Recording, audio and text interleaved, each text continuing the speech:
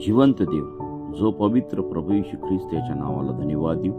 तेसलोनिकाकरास पहिले पत्र याचा 4था अध्याय याच्या काही वचन मी आपल्यासाठी वाचतो. पवित्र वर्तनाविषयी बोध. बंधुजनो, शेवटी आम्ही तुम्हास विनंती करीतो व प्रभू येशूमध्ये बोध करीतो की तुम्ही कसे वागून देवाला संतोषावे हे तुम्ही आम्हापासून ऐकून घेतले व तुम्ही त्याप्रमाणे वागत आहात. त्यात तुमची उत्तरोत्तर वृद्धी व्हावी, कारण प्रभू येशूच्या वतीने कोणकोणत्या आज्ञा आम्ही तुम्हास दिल्या त्या तुम्हास ठाऊक आहेत. कारण देवाची इच्छा ही आहे की तुमचे पवित्रीकरण व्हावे, म्हणजे तुम्ही जार कर्मापासून स्वतःला अलिप्त ठेवावे, देवाला न ओळखणाऱ्या परराष्ट्रीयांप्रमाणे काम वासनेने नव्हे तर पवित्रतेने व आब्रूने तुम्हातील प्रत्येकाने आपल्या देहावर ताबा कसा ठेवावा ते समजून घ्यावे. कोणी ह्या गोष्टींचे उल्लंघन करून आपल्या बंधूचा गैरफायदा घेऊ नये, कारण प्रभू ह्या सर्व गोष्टीबद्दल शासन करणार आहे हे आम्ही तुम्हास आगाऊ सांगितले होते व बजावलेही होते. कारण देवाने आपल्या अशुद्धपणासाठी नव्हे तर पवित्रतेसाठी पाचारण केले आहे. म्हणून जो कोणी अवेर करीतो तो माणसाचा नव्हे तर तुम्हास आपला पवित्र आत्मा देणारा देव ह्याचा अवेर करीतो. वाचलेले वचन देव बाप आशीर्वादित करो. आजच्या म्हणण्यासाठी जो काही शास्त्रभाग आहे तो शास्त्रभाग खूप सुंदर आणि खूप चांगला आहे. आज ह्या परिस्थितीनुसार तो आमच्या जीवनामध्ये लागू होतो.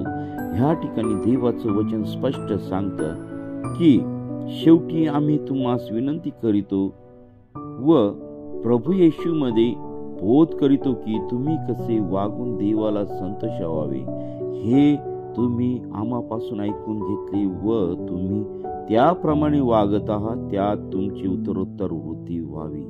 आज आम्हाला देवाला कसं संतोषावं हे आम्ही शोधलं पाहिजे आणि देवाच्या वचनामध्ये आम्हाला ह्या सर्व गोष्टी सांगून घेतलेल्या आहे. आणि ह्या ठिकाणी देवाच्या सेवकांनी त्या ठिकाणी मंडळीला ह्या गोष्टी सर्व शिकवल्या होत्या, सर्व त्या ठिकाणी सांगितलेल्या आहे. आज मंडळांमध्ये सर्व गोष्टी शिकवल्या जातात, सांगितल्या जातात, पण आम्ही देवाला कसं संतोषावं याचा आम्ही प्रयत्न करत नाही आणि ह्याच ठिकाणी आम्ही कमी पडतो, देवापासून दूर जातो. आणि म्हणून आम्हाला ही पहिली गोष्ट करायची की आम्ही आमच्या प्रभूला, आमच्या पवित्र देवाला आमच्या जीवनामध्ये संतोषावं आणि त्याला आनंदित करावं आणि आमचं जीवन पवित्र ठेवावं. कारण यात तुम्ही त्याप्रमाणे वागत आहात, त्यात तुमची उत्तरोत्तर वृद्धी व्हावी. हो, आम्ही जर देवाला संतोष होतो त्याप्रमाणे जर वागतो तर आमच्या जीवनामध्ये वृद्धी होते, आमच्या जीवनामध्ये वाढ होते आणि देवा आमच्या जीवनामध्ये येतो. कारण प्रभू येशूच्या वतीने कोणकोणत्या आज्ञा आम्ही तुम्हास दिल्या ह्या तुम्हास ठाऊक आहे. देवाच्या आज्ञा सर्व आम्हाला ठाऊक आहे. कारण देवाची इच्छा ही आहे की तुमचे पवित्रीकरण व्हावे, म्हणजे तुम्ही जार कर्मापासून स्वतःला अलिप्त ठेवा. ह्या गोष्टीची आमच्या जीवनामध्ये अभाव आहे. ही गोष्ट आमच्या जीवनामध्ये नाही आहे प्रियांनो. तर आम्हाला पवित्रीकरण आमच्या जीवनामध्ये आम्ही ठेवलं पाहिजे. कारण देवाची इच्छा पण ही आहे की जसा तो पवित्र आहे तसे आम्ही पवित्र राहायला पाहिजे प्रियांनो. हो, हालेलुया, स्तुती, धन्यवाद येशू.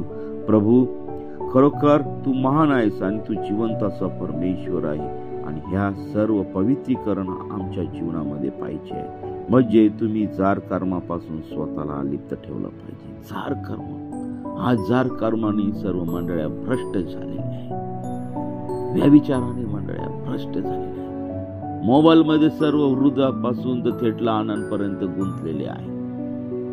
मोबाईल मध्ये पाहुणे अशा गोष्टी पाहतात आणि देवापासून देवाचं पवित्रीकरण आज हरवत आहे प्रत्येक. आणि म्हणून प्रियांनो, आज आम्हाला या जार कर्मापासून आम्हाला दूर राहायला पाहिजे. वाईट गोष्टींपासून आम्हाला दूर राहायला पाहिजे. कारण देवाची इच्छा हीच आहे की आम्ही पवित्र राहायला पाहिजे. आम्ही झारकर्मापासून दूर राहायला पाहिजे. देवाला न ओळखणाऱ्या परराष्ट्रीयांप्रमाणे काम वासनेने नव्हे तर पवित्रतेने व आब्रूने तुम्हातील प्रत्येकाने आपल्या देहावर ताबा कसा ठेवावा हे समजून घ्यावे. प्रियांनो, कोणी या गोष्टींचे उल्लंघन करून आपल्या बंधूचा गैरफायदा घेऊ नये, कारण प्रभू या सर्व गोष्टीबद्दल शासन करणार आहे. हे आम्ही तुम्हास आगाऊ सांगितले ते व बजावले होते. कारण देवाने आपल्याला अशुद्धपणासाठी नव्हे तर पवित्रतेसाठी पाचारण केलेले आहे. ही गोष्ट आम्ही आमच्या लक्षामध्ये ठेवली पाहिजे. अशुद्धता आमच्या जीवनातून काढून टाकली पाहिजे. अशुद्धतेमुळे देवाचा आत्मा आमच्या जीवनातून निघून जातो. अशुद्धतेमुळे आमच्या घरामध्ये आशीर्वाद राहत नाही. अशुद्धतेमध्ये देवाची पवित्र वस्ती आमच्या घरामध्ये राहत नाही, आमच्या जीवनामध्ये राहत नाही. आणि म्हणून अशुद्धपणासाठी आम्हाला पाचारलेलं नाहीये, तर पवित्रतेसाठी देवाने आम्हाला पाचारण केलेलं आहे. आणि म्हणून जो कोणी अभेर करीतो तो माणसांचा नव्हे तर तुम्हास आपला पवित्र आत्मा देणारा देव याचा अभेर करतो. आणि हो, अभेर आम्ही देवाला विरोध करतो तर तो माणसांचा नाही, तर आम्ही पवित्र आत्मा देणारा देव जो जिवंत प्रभू येशू ख्रिस्त स्वर्गात सिंहासनारूढ आहे, तो जो देव यहोवा जो स्वर्गामध्ये सिंहासनारूढ आहे, याचा आम्ही अभेर करतो.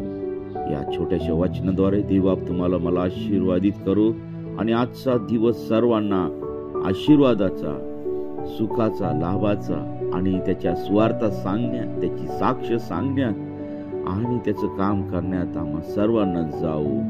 आमेन.